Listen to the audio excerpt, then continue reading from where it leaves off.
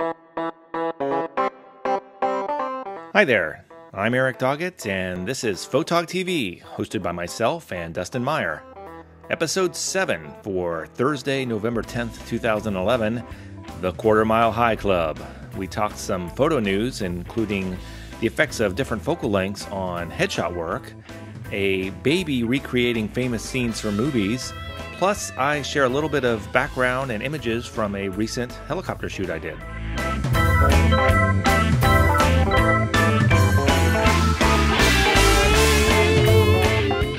All right, everyone, welcome. This is Photog TV, episode 7, and a beautiful Thursday afternoon here in Austin, and we decided to get together and talk about some photo news and some photo, basically some recent stuff we've been doing. Dustin's here, and we got some other people joining in. How's it going, Dustin? It's going great. I'm definitely enjoying this mutual, beautiful Austin weather today. Yeah, it's a little less windy than last week during our awesome senior experiment where we went out with a model and Dustin, via Bluetooth, gave us some tips as he was shooting, and everything was being streamed live. That was pretty fun. That was definitely fun trying to figure all that stuff out on the fly while we had about 30-mile-per-hour winds and a 55-degree wind chill factor. So yeah, here you. You hold up the reflector. It's fine. It won't carry you away. Yeah. Oddly enough, they continue to talk to me, those models and that assistant. They still actually they watched the episode once it was recorded on YouTube, and they're like, "Oh my God, Dustin's really badass." Like, no, yeah, I'm just good at suckering you into helping me out. That's all I'm good at. That's right. Oh, that's cool.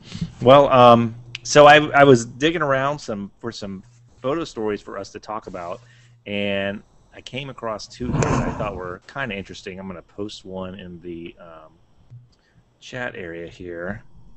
Let's see. First one, well, pull that link up. Well, the first one has to do with, there was a photographer that did this really cool thing where he took a model and did a shoot with her where he shot her from exactly the same spot, and for every image he used a different lens, different focal length. And you can really see, if you bring up that link, you can see what the distortion is that you get with different lenses, because we always know wide angle is not great for headshot work, close-up headshot work. But this really brings it home, because I was looking at this, and all you do when that window pops up is at the bottom there's a little scroll bar, and you can go all the way to the right. So you start at 350 millimeter, and you work your way all the way over into, what's the furthest, 19 millimeter.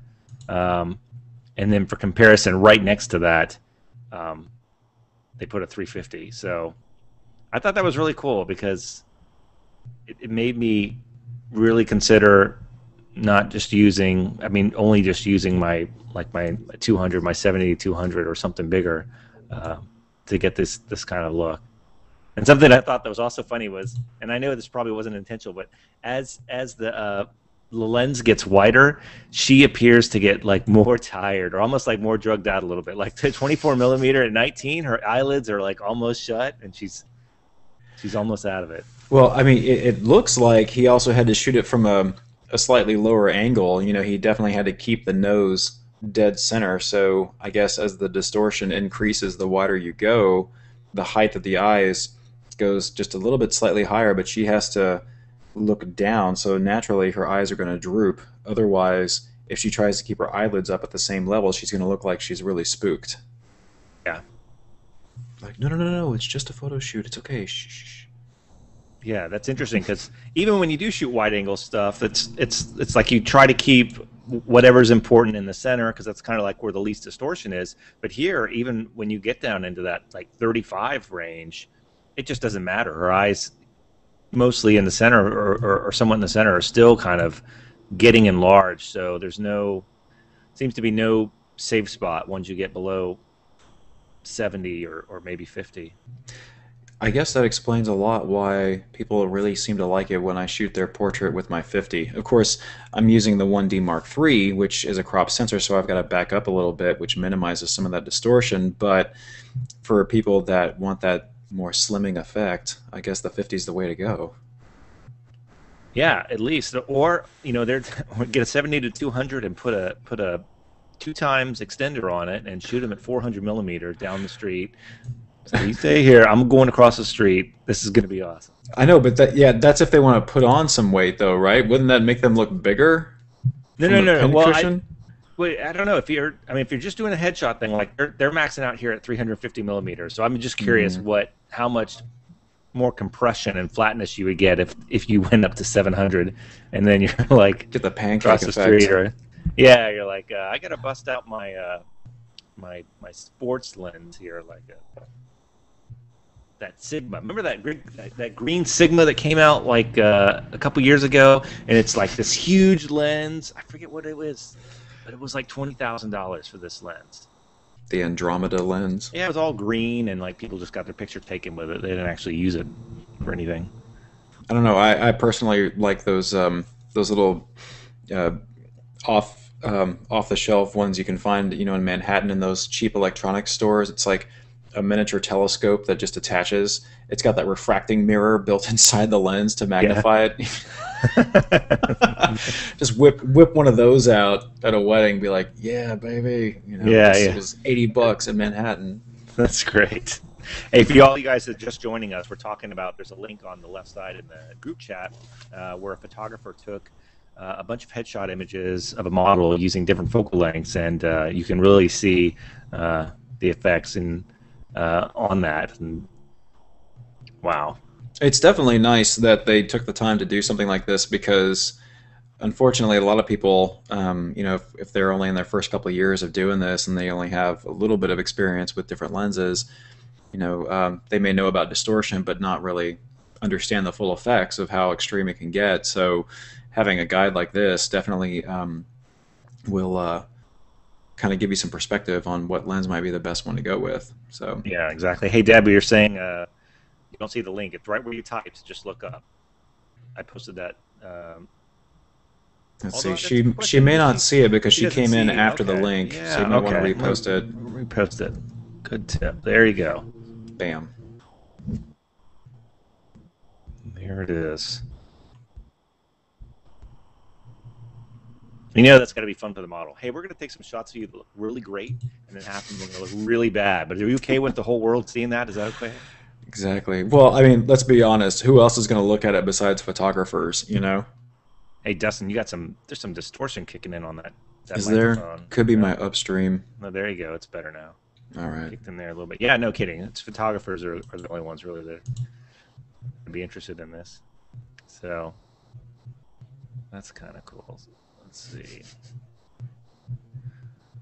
And let's see. I had one other thing I just thought was kind of interesting. This made it it's starting to make the rounds now. Let me find the link for that. Another photographer started taking pictures of her baby, and what she did was I'm going to post this in the link on the side too. She started taking pictures of her baby and used those shots. She recreated scenes from famous movies with just her kid. And so some of them you can look at and you can tell right away, like the first one's the Blair Witch Project, which is kind of cool. And then as you go down, you have to kind of, if you don't have the caption, you're kind of guessing what movie is that? Some of them are a bit, kind of a bit of a reach, but it definitely shows some people's creativity. In fact, it reminded me of there was another photographer who took pictures of her sleeping baby, and she would shoot from above and straight down to the floor, and the baby would be asleep on a blanket on the floor, and she would use the floor as her canvas to set up a scene. So a lot of times they'd be like the baby would be flying or something, but because she's shooting straight down, she could make it look like he was actually flying through the sky, even though he was really just laying on the floor. Yeah, there was a photographer. Yeah, I don't know if it's the same one, but I remember seeing like a couple years ago someone getting a lot of attention because they were doing those sort of scenes outside, like drawing and placing things on the pavement and then putting like their kids in the scene or something like that. Yeah, yeah. That's a cool look. The one I like of this baby is the Close Encounters one, because not only did they make the little mound of mashed potatoes, but they went to the trouble of taking the fork and scraping the side of it like he did in there. So it's so it's not smooth and has that mountain look. Spork. It's a spork, not a fork. Oh yeah, that is what it is. A spork. All children under 2 get the spork. Well, they can't. They are a danger to themselves. Thank That's goodness they true. have adults watching after them.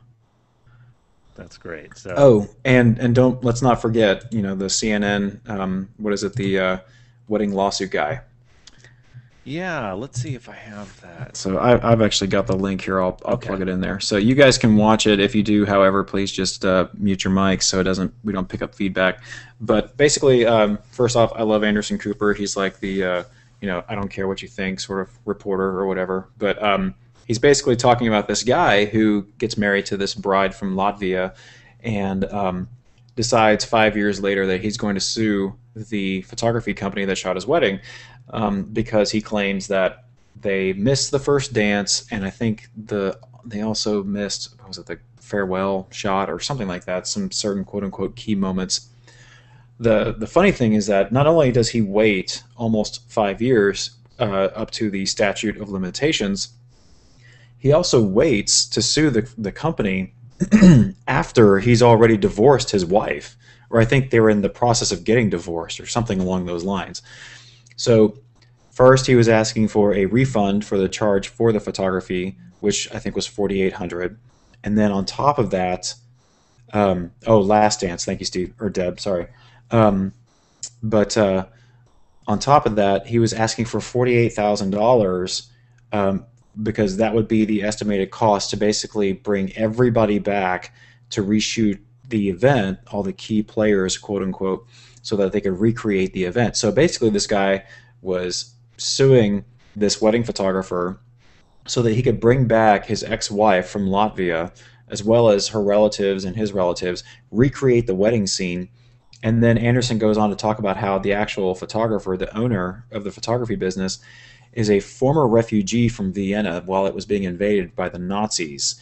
And he's had this photography business in America for the past like 50 years or something like that. So this wedding lawsuit guy, as he's been dubbed, is suing an 87-year-old Nazi refugee photographer who actually served in America's U.S. Army because he got drafted during the war, so that he could recreate a wedding with his ex-wife from Latvia.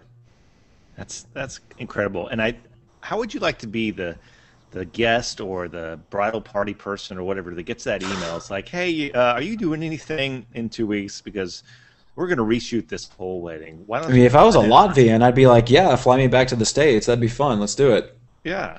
It's like whatever beef he's got with this photographer, if he thinks he's going to bring all these people back to shoot that just doesn't make him look very good in front of all of his friends and family too. Because it's like, why would you go to all that trouble just to make a point? Maybe he's trying to prove how superior Budweiser is to Latvian beer or something. I don't know. Like, come That's on a good back. idea for a future show. Budweiser taste test. Let me write that down. So yes, I think that for those of you guys, we do monthly meetings here in Austin for the collages.net class, and the last meeting we did covered contracts, and so we went over each other's contracts, and we had an attorney come and kind of take a look, and didn't technically give us legal advice when it comes to contracts because he's technically not allowed to do that, but he was able to kind of hint at different things. And so one of the things, if you guys have contracts, which you all should, you need to have a clause in there that states that because the contract is being signed and created within certain jurisdiction, like in Texas or in Austin or something like that, if they want to contest that contract, then say you've got clients from New York, but they get married in Austin and they've contracted you to shoot their Austin wedding, because the contract was based in Austin, the business is being run from Austin, and it was quote unquote signed in Austin, then if they want to contest that contract, they've got to come to deal with it in Texas court of law. You're not suddenly bound to go to New York to go do it. So that actually, that was a good story as far as bringing up like the subject of contracts and stuff. So Yeah, that actually might be a good topic for us to have in a future episode. I know there's some great books out there. I can immediately think of Jack Resnicki and I think it's Ed Greenberg. Jack's a photographer, Ed's a lawyer, and they typically team together for books. I can't remember the latest one, but I've got it on copyright, and I think there's some contract info in there as well. But I want to say their website is thecopyrightzone.com. It's either Copyright Zone or thecopyrightzone.com, which has a lot of legal addresses a lot of legal things related to photographers, because they've been dealing with a lot of that up in New York. I know Jack, as a commercial guy, has had to sue people before for using images when they don't have a license to and whatnot. So that might be a good site to check out if you're interested in that. And maybe, Dustin, we can work on some way to incorporate that kind of info into a future show. I think that would definitely be something that people would be interested in watching. Specifically, keeping in mind though that contract laws are going to differ from state to state. However, a lot of the similar underlying rules are going to be similar pretty much throughout the country. It's really going to be more about what is, as far as what we were able to pull from the meeting, it was more about, your contract doesn't have to be pages and pages and pages. In fact, the more straightforward it is, the better it is that a judge will probably rule in your favor, because it won't appear like you're just trying to pull the wool over your client's eyes. And that way too, if you try to make it as basic as possible, it's pretty obvious that if your client's trying to just pull something out of thin air, that it makes it look more obvious that way, that they're just trying to milk more out of you or something like that. So yeah, that's a good point. Good point. All right, we're going to move on from the news section and head into this little topic I wanted to discuss today. So I guess it was last week, I did a helicopter flight over downtown Austin. And this came about because about 2 months ago, I had done a similar flight with my family, just my two boys and I actually. We were flying down south of Austin, kind of like we got a group on a good deal to go do like a half-hour flight. So we flew around, and at the time I asked the pilot, I was like, can you guys fly downtown? And they said, sure, no problem. And I said, well, how close can you get? You probably have to be pretty high or whatnot. And he said, no, actually, he can get, go right in between the buildings. And it was funny because the air traffic controller basically wants them to stay low to the ground, because Austin Airport is there, and so they want the helicopters out of the flight path of all these commercial airliners. So I thought, man, that would be awesome just to do a shoot downtown. And so I did that this past week, and we flew out of Georgetown, which from Austin is about a 20-25 minute flight, and then so we had maybe, I don't know, 10-15 minutes downtown, and then we flew back. We averaged about 1,500 feet, and for the whole flight. And I was at Photoshop World earlier this year, and I talked to Vincent Lafray, who's a great filmmaker guy, and I asked him, because he had done a lot of helicopter work, what I needed to be concerned about. And he said his biggest tip was just shoot at a minimum of 1,000th of a second, and you should be fine. And it works really well on the still side. I'd actually thought about maybe doing some video work while I was up there, but once you kind of cross that threshold and want to start shooting video, you've got a whole new bag of problems to deal with, the most of which is keeping that camera stable. And you end up having to look at renting a gyro, what they call a gyro, basically this big spinning thing that sits underneath the camera to keep it still. And those are kind of hard to come by if you want to rent it versus buying it. So I decided to just go with stills for this time, and I'm going to jump over here and do a little screen share thing to kind of show you. Let's see. All right, so you should see a little image there. So the reason I did this was basically, well, one, for the experience, because I am kind of like a little aviation buff. I'd like to be doing more of that. I thought also it would be cool, since I do a lot of compositing work, to shoot some building tops and then composite things into them later. And so that's kind of what this is. I had a bunch of ideas for future composites that I was trying to shoot. This is the Frost Bank building in Austin. This is the top of the tower. Another hint on, or tip on this, if you're interested in doing this, was I went up with two bodies in basically the smallest helicopter that I think exists. It's called an R-22. It's made by a company called Robinson. It's a two-seater helicopter. There's no back to it in terms of behind you. There's nothing back there, so everything is in your lap or down at your feet. If you imagine like those kind of bubble helicopters, like from MASH or something like that, then it's kind of like that. The whole helicopter is a bubble. That's all it is. And so I went up with 2 bodies, and I took a bag with some lenses in it. But one body had I rented a 400 millimeter lens, and the other one had a 300. And on the 400, I put a 2x extender. So I was going up there with 800 millimeters of lens power to shoot this stuff. This is one of the only images shot at 800 that I'm actually keeping, because it's so incredibly you're zoomed in so much that it's just ridiculous. You're seeing things that you can't. I couldn't use later, just too zoomed in. So what I ended up doing was not using that for much, and then using the 300 millimeter by itself for most of the other work. So like I said, this is the Frostbank building. While I was up there, I shot a lot of cloud images and sky images, because if you're looking at doing compositing with those, you're probably kind of interested in building a library up of images to use later.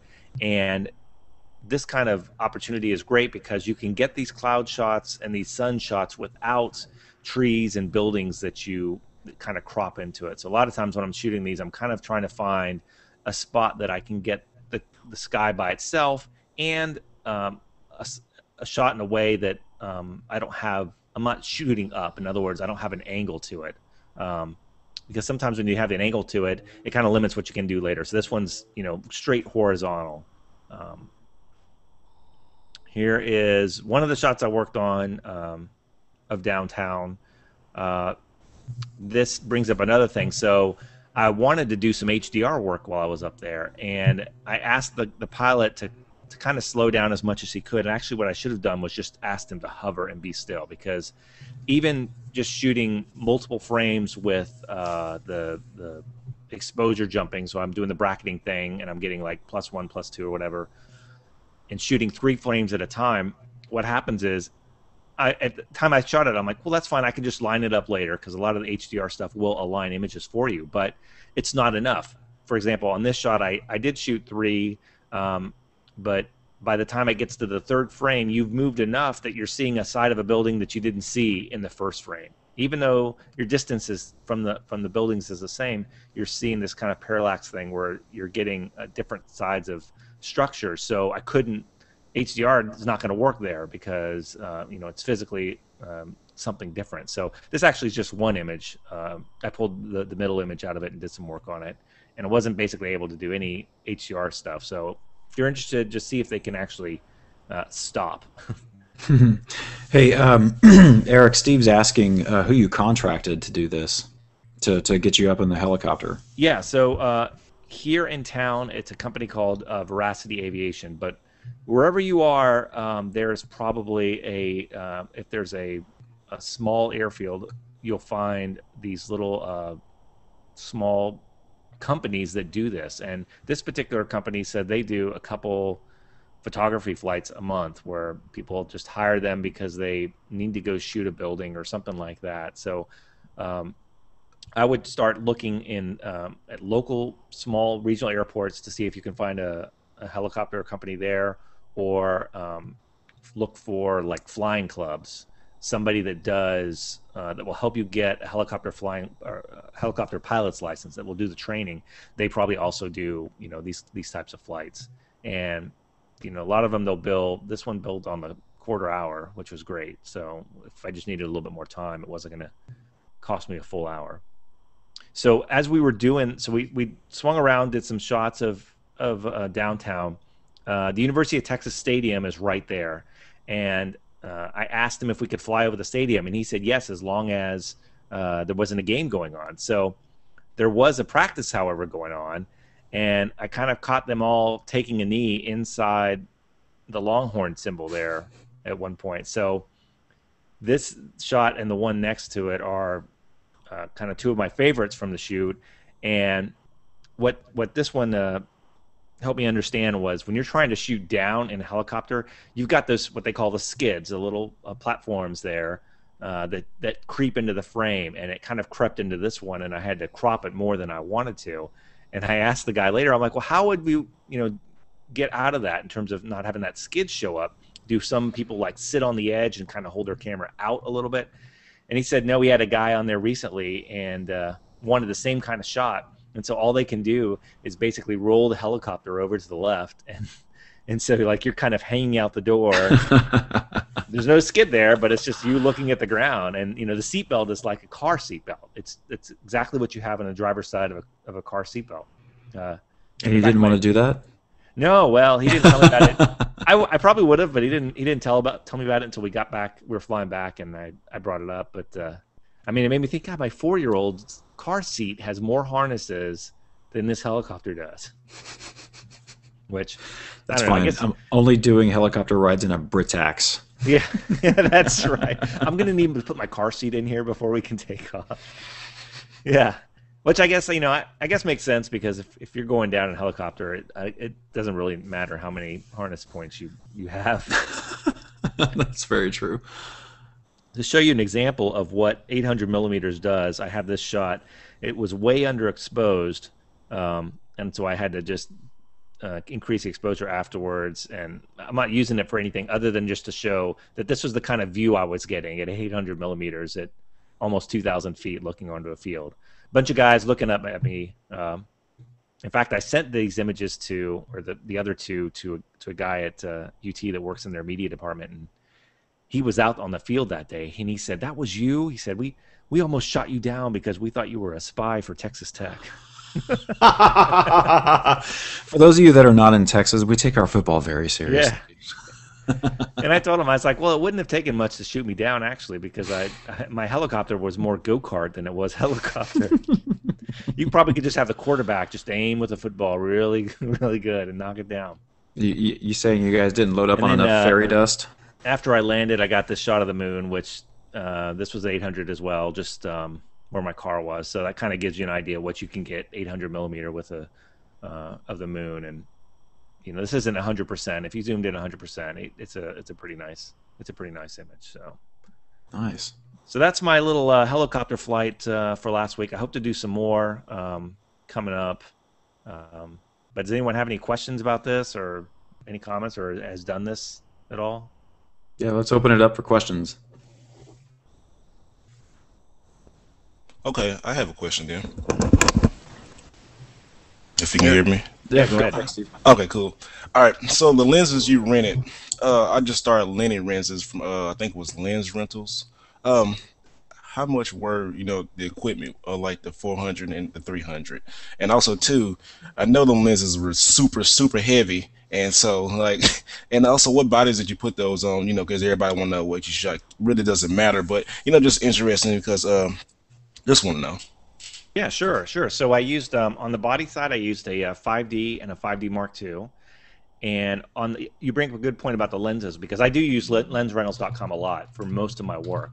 I did not for this because there's a guy in town that rents that kind of gear, and it was just cheaper to get it through him. So if you're in Austin, by the way, it's his name is Taylor Jones. His company is texasgrip.com.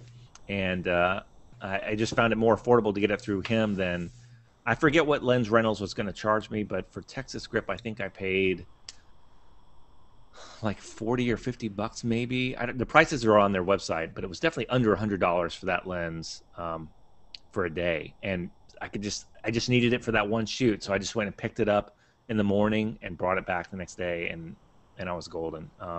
So I used the 400. So from him, I rented a 400, a 2x extender, and then the other lens was, I think it was a 300 millimeter lens by itself.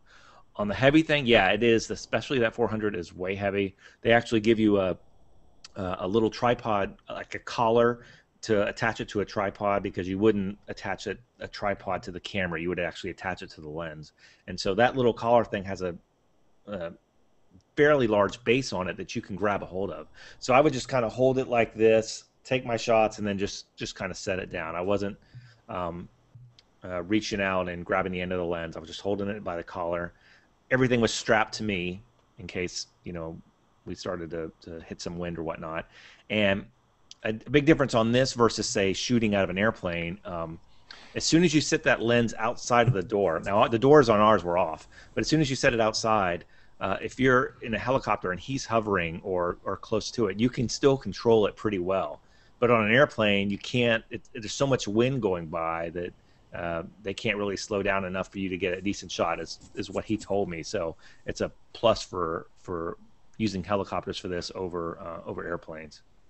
So the safety on it, that would be kind of crazy. Would you had to sign any like okay, if you fall, your lenses fall, you can't sue us, or if we crash or something, a family can't sue us or something like that. You know, I'm just imagining like I want to do this because me and my mayor was talking about doing some stuff like this for the city, and I was like, I don't know about going up in a helicopter right now. You know, just what are kind of safety precautions, and what did you have to like mentally prepare yourself to do that? You know.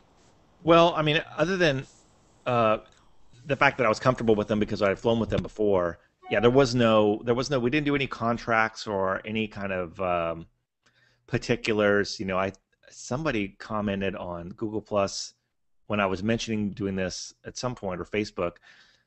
I guess there might have been a legal issue if something had fallen out of the helicopter while we were shooting, but he just made sure that I had everything either tied down or wrapped around my feet a certain way. So both cameras had straps around me, and then I brought one bag that I had other lenses, which I didn't end up using, but I had the straps from that, the back straps kind of wrapped around my legs there. So yeah, I mean, it's kind of off the cuff from the perspective of we're not sitting here and saying, okay, this is exactly what we're going to do, and this is all the issues involved. It's basically like, don't let anything fall out. And he was always like asking, you know, did you get what you want? Do we need to go around again? And you're listening to the radio to hear what the air traffic situation is going on. Because I think one time we did have to kind of stop what we were doing and drop down a little bit or stay in a certain area for air traffic. Now, if you go read like what Vincent Lafray does, I mean, he's very adamant about cabling everything. Everything was locked down and maybe more than once. And so I did the kind of the best I could with that in terms of cameras were wrapped to me and stuff was wrapped around my legs. If I was going up again, I probably wouldn't take as much stuff. I probably could just take 2 cameras and bodies, or 2 bodies and 2 lenses and be fine and not need the extra stuff. But I was definitely making sure of keeping things. I was more interested in keeping things tied down than I was worried that I was going to fall out. That sounds good. So anybody else have any questions? Thoughts? All right. Well, I know Eric and I both have stuff we have to get ready for later today, so I think we're going to go ahead and wrap up today's episode. So Eric, thank you very much for showing us all your pictures today. Sure. It was fun. It was a fun shoot. It's always nice to see how crazy some people get just to get a photo, right? Yeah. It gave me ideas for several more, actually. Oh boy, now it's not just a hobby anymore, it's an addiction. Right. And I'm in stage 1. Denial, exactly.